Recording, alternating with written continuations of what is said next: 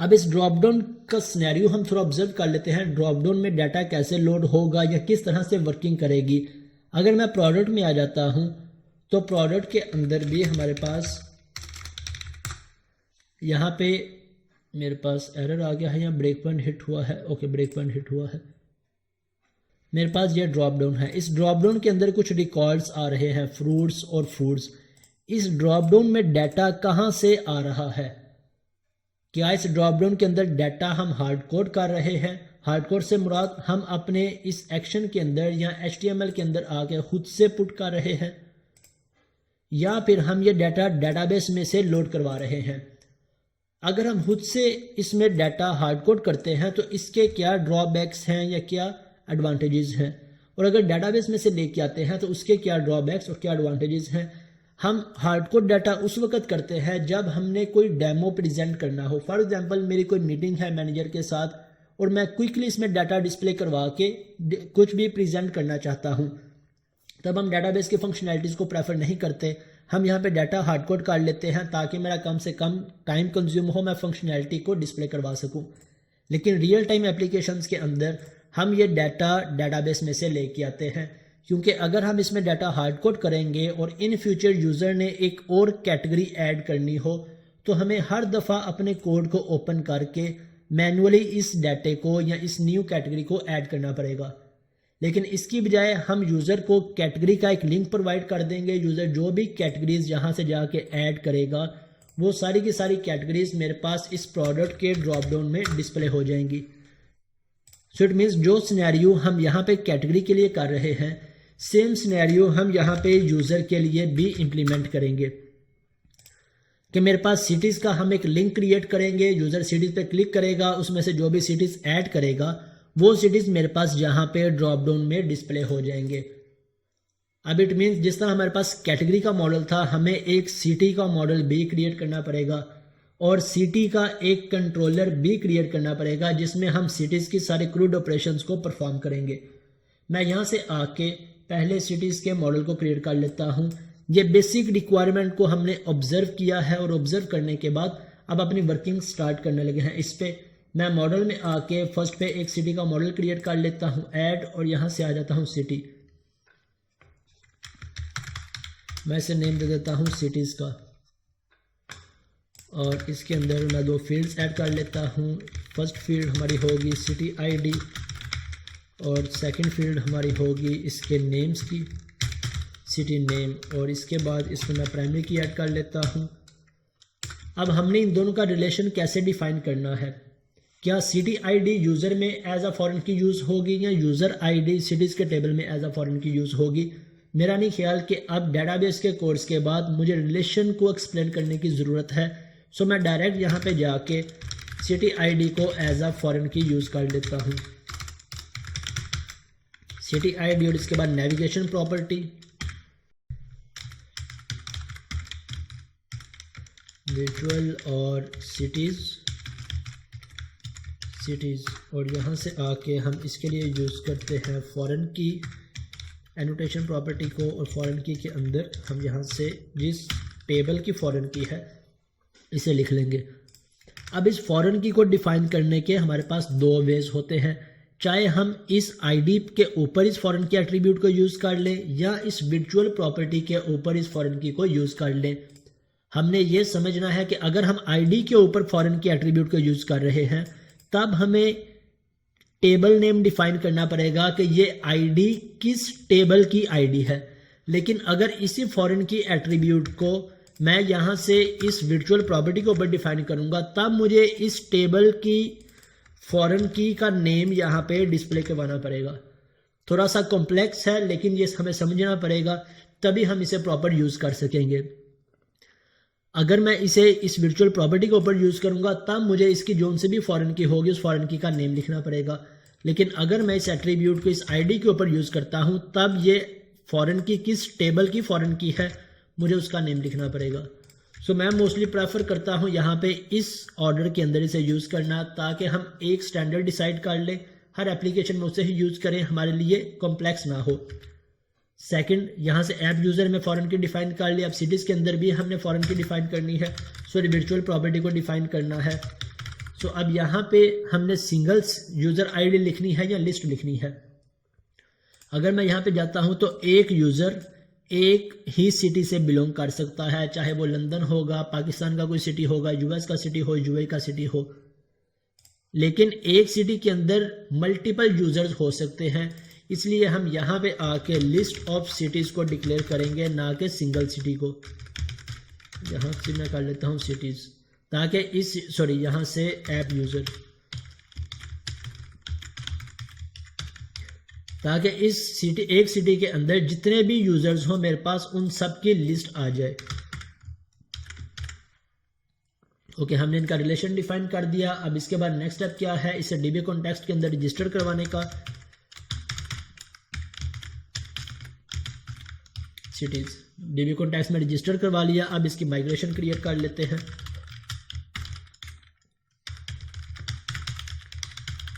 और मेरे पास एक एरर आ जाएगा।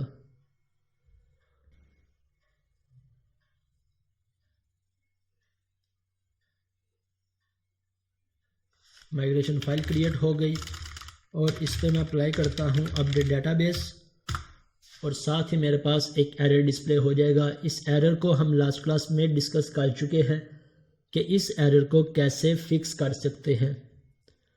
मेरे पास एरर आ गया, the alter table statement conflicted with the foreign key, the conflict occurred in database, और इसके बाद टेबल लिखा है और कॉलम सिटी आईडी लिखा है। ये कमेंट सेक्शन में मुझे बताएं मैं इसका क्या सॉल्यूशन फाइंड करूं, इस एरर को कैसे फिक्स कर सकते हैं। ये एक बहुत इंपॉर्टेंट एरर है, क्योंकि बहुत दफ़ा हमारी रिक्वायरमेंट होगी कि हम अपनी एप्लीकेशन में नेक्स्ट कॉलम्स को ऐड करें, कोई एक्स्ट्रा कॉलम ऐड करें।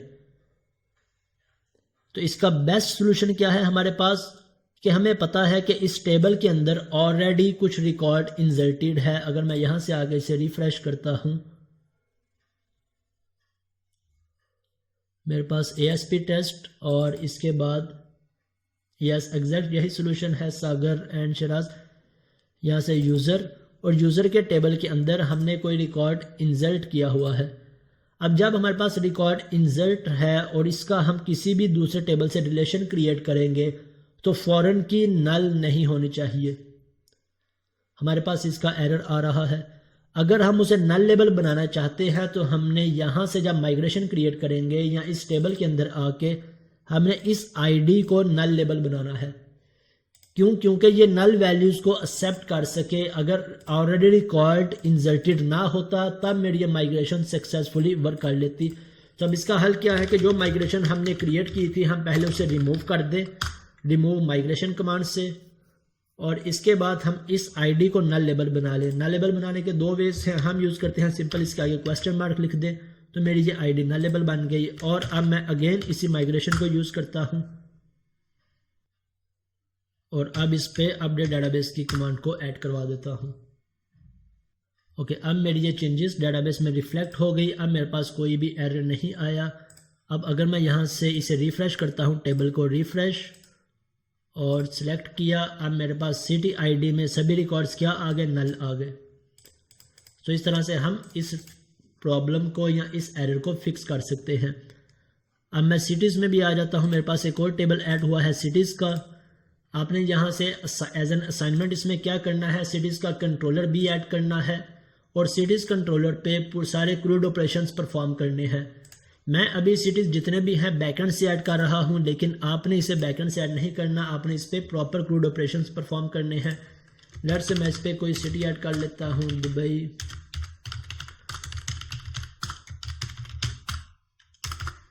ओके, मैं इसे रिफ्रेश एग्जीक्यूट कर देता हूं राइट क्लिक करके। ओके, अब ये सारे सिटीज़ मुझे कहाँ पे लोड करवाने हैं, इस यूज़र के इस क्रिएट पेज पे, क्रिएट के व्यू में। सो अब यहाँ से हम कैसे इसमें डिस्प्ले करवाएं, मैं गो टू व्यू में आ जाता हूँ। यहाँ से आके मैं इसके लिए क्रिएट कर लेता हूँ इसका थोड़ा सा सिंटैक्स, फॉर्म डैश ग्रुप। ये सभी बूटस्ट्रैप की क्लासेस हैं, मेरा नहीं ख्याल कि मुझे इन्हें एक्सप्लेन करने की ज़रूरत है। इसके बाद अब ये किसके साथ बाइंड होगी, अब ये बाइंड होगी सिटी आईडी के साथ। और इसके बाद अब हमारे पास ड्रॉप डाउन के लिए हम सिलेक्ट टैग को यूज़ करते हैं और सिलेक्ट के अंदर आके पहले मैं बूटस्ट्रैप की क्लास ऐड कर लेता हूँ, फॉर्म कंट्रोल और इसके बाद ड्रॉप डाउन्स के लिए या सिलेक्ट के लिए हमारे पास एट्रीब्यूट होता है ASP आइटम्स का। अब आइटम्स के अंदर हम जोन सी भी लिस्ट डिस्प्ले करवाना चाहते हैं हम डिस्प्ले करवा लेंगे। यहाँ से मैं इसमें सिलेक्ट और इस एट्रीब्यूट को रिमूव कर देता हूँ। हमें खुद से ना तो कोई फॉर लूप लगाने की ज़रूरत है ना फॉर ईच लूप लगाने की ज़रूरत है। हमने सिर्फ इस ASP आइटम्स टैग हेल्पर के अंदर अपनी लिस्ट पास करवा देनी है। वो लिस्ट चाहे हम मॉडल से लेके आ रहे हों चाहे हम व्यू बैग से लेके आ रहे हों। हम दोनों वेज देख लेते हैं कैसे लेके आते हैं। लास्ट क्लास के अंदर हम डिस्कस कर रहे थे, लेकिन इस पॉइंट को मैंने थोड़ा सा स्किप कर दिया था कि अब खुद से इस पर सर्चिंग करें, और मेरा मेन फोकस था एजेक्स रिक्वेस्ट पे। अब हम इसे डिटेल में देख लेते हैं। मैं यहाँ से आके ASP आइटम के अंदर मुझे व्यू बैग चाहिए, सो मैं यहाँ से व्यू बैग को पास करवा देता हूँ। ये एक्शन है मेरा, और इसके अंदर व्यू बैग डॉट अब मुझे पास करवानी है सिटी लिस्ट। सो सिटी लिस्ट क्या, context dot cities dot to list, और मैंने यहाँ से आके इसमें सिटी लिस्ट पास करवा दी। अब इसे गेट किस तरह से करना है, व्यू बैग के सेम नेम के थ्रू हम इसे अपने एक्शन में गेट कर सकते हैं। सो ASP आइटम्स में मैं सेम नेम को यूज़ कर लेता हूँ। अब जैसे यूज़र यहाँ से कोई भी इस लिस्ट में से कोई भी सिटी सिलेक्ट करेगा, चाहे दुबई सिलेक्ट करे, अबू धाबी करे, शारजा करे, तो हमने जब सबमिट करेगा तो उसकी ID सेंड करनी है बैकएंड पे, मींस अपने कंट्रोलर में। सो ID को कैसे बाइंड करवाएं, जिस तरह हम बाकी की फील्ड्स को बाइंड करवा रहे हैं सेम वे के अंदर हम ID को बाइंड करवा लें। किस तरह से, चाहे हम इसके लिए नेम एट्रीब्यूट को यूज़ कर लें या फिर हम ASP फॉर टैग हेल्पर को यूज़ कर लें। अब किसके साथ बाइंड करवाना चाहते हैं, इस मॉडल की किस प्रॉपर्टी के साथ, सिटी ID के साथ। ये हमने बाइंड करवा लिया, और लेट्स से अब इसे चेक कर लेते हैं कि क्या मेरे पास जहाँ पे लिस्ट डिस्प्ले होती है या नहीं। अगर तो लिस्ट डिस्प्ले हो रही है देन हम जेंडर की तरफ मूव करते हैं, मींस रेडियो बटन्स की तरफ।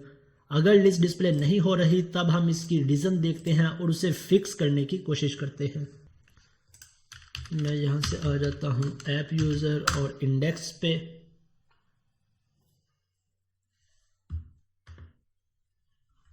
इसके बाद क्रिएट, और ये मेरे पास एक एरर आ गया।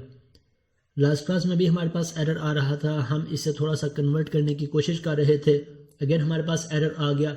अब एरर क्या है, can not implicitly convert system dot collection dot generic dot list. इसको इसमें कन्वर्ट करने का एरर आ रहा है। हम सिटीज़ तो पास कर रहे हैं उसे, लेकिन उसे किस फॉर्मेट में चाहिए, इस फॉर्मेट में चाहिए। अगर हम यहाँ से देखें तो यहाँ पे हमारे पास क्या फॉर्मेट आ रहा है, ASP.NET Core .MVC rendering dot select list item. हम उसे क्या पास कर रहे हैं, मॉडल पास कर रहे हैं, लेकिन उसे क्या फॉर्मेट चाहिए, सिलेक्ट लिस्ट का फॉर्मेट चाहिए।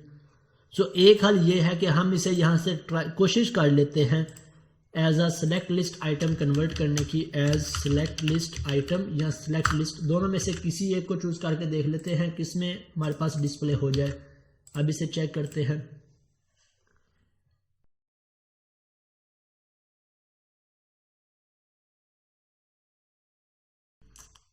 ओके, मैं आ जाता हूँ क्रिएट में। अब मेरे पास एरर तो फिक्स हो गया है, लेकिन मेरे पास लिस्ट नहीं आ रही। हमने इसे यहाँ पे कन्वर्ट भी कर लिया अपने व्यू में, तब भी मेरे पास लिस्ट नहीं आ रही।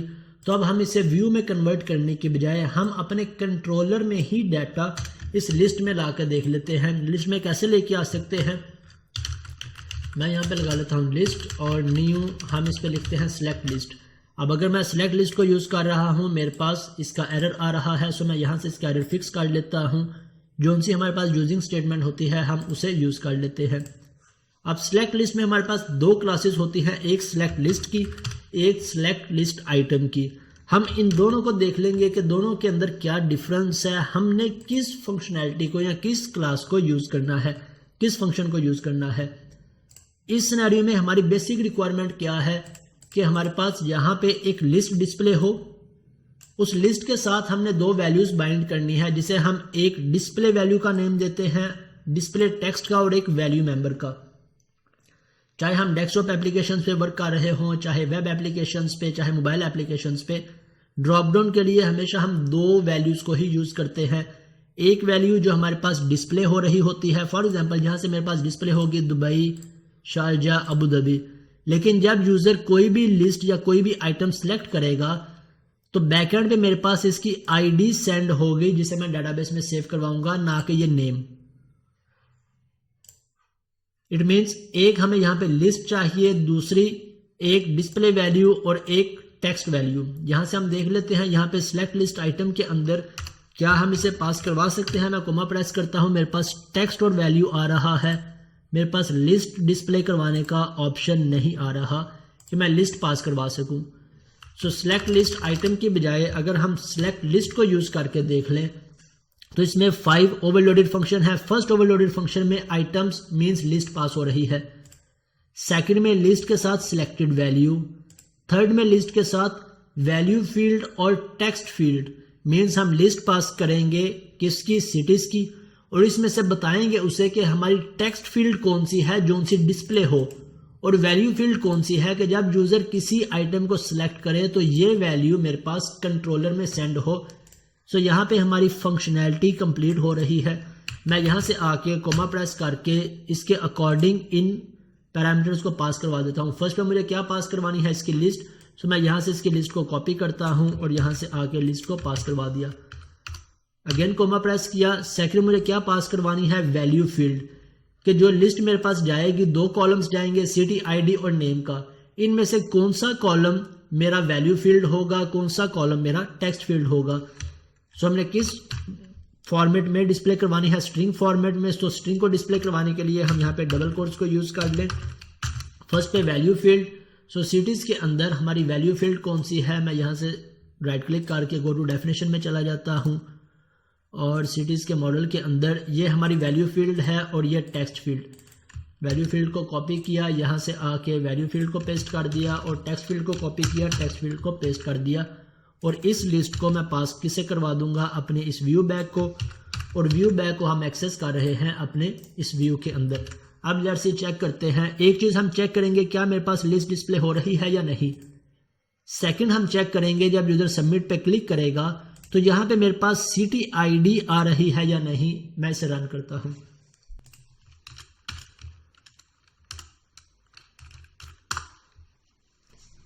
ऐप यूजर्स,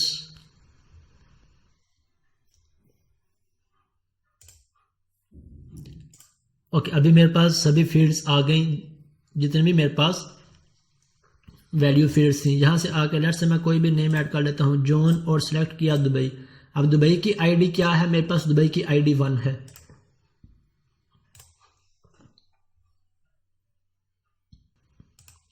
मॉडल में मेरे पास सिटी आईडी आ गई 1 और साथ नेम भी आ गया। ओके, मीन्स हमारी टेक्स्ट बॉक्स ड्रॉप डाउन से रिलेटेड फंक्शनैलिटी कंप्लीट हो गई।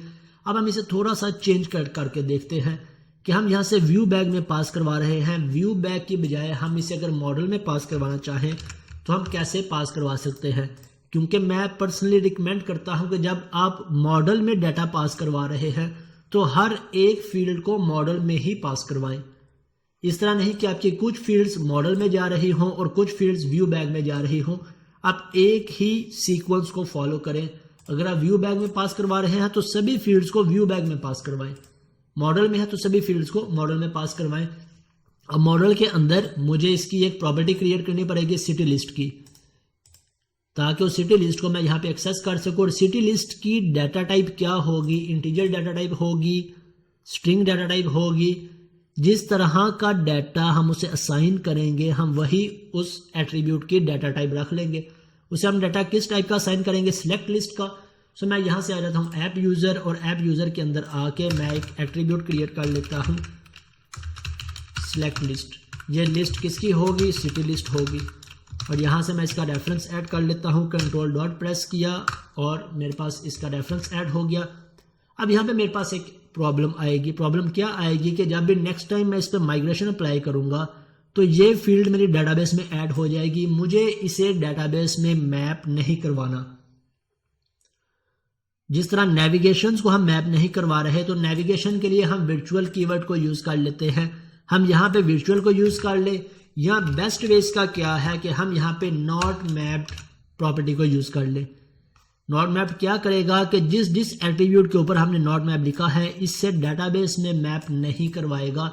ये हम फ्रंट एंड फंक्शनैलिटी के लिए अपने पास यूज़ करते हैं।